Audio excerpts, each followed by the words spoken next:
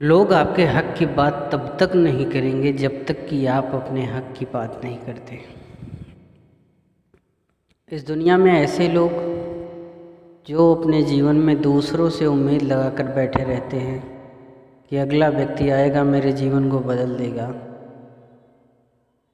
मैं उन लोगों को बता देना चाहता हूँ कि आपके जीवन में ऐसा कोई भी दिन नहीं आने वाला कि कोई दूसरा आपकी ज़िंदगी को आकर बदल दे।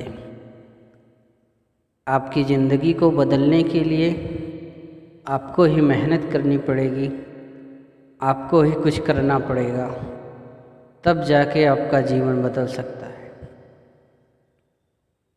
किसी दूसरे पर आश्रित व्यक्ति का जीवन किसी मुर्दे की तरह होता है। ज़िंदगी में आप किसी का बोझ नहीं बन सकते।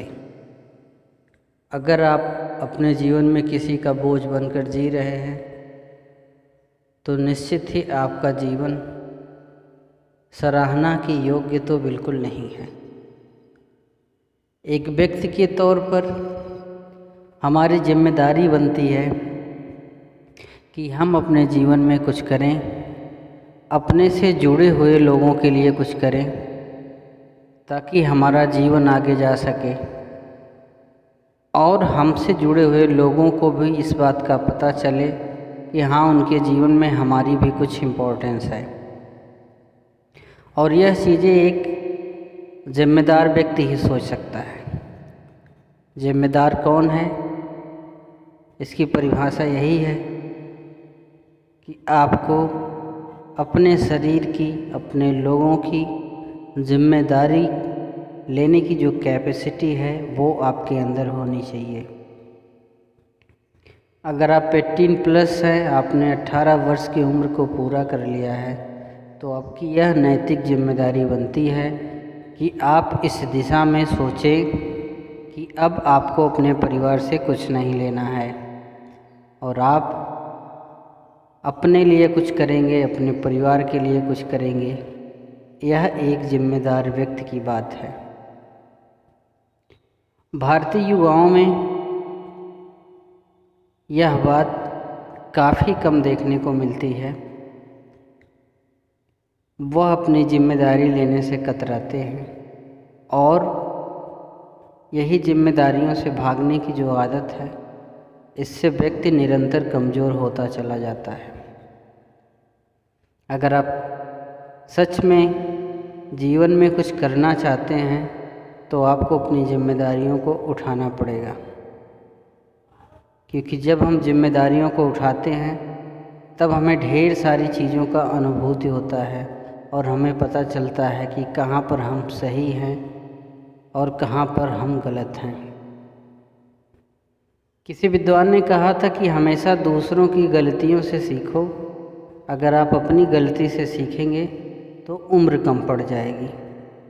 यह काफ़ी बड़ी बात है और अगर इस पर गौर किया जाए तो यह बहुत ही काम की चीज़ है। लेकिन ऐसा कहाँ होता है?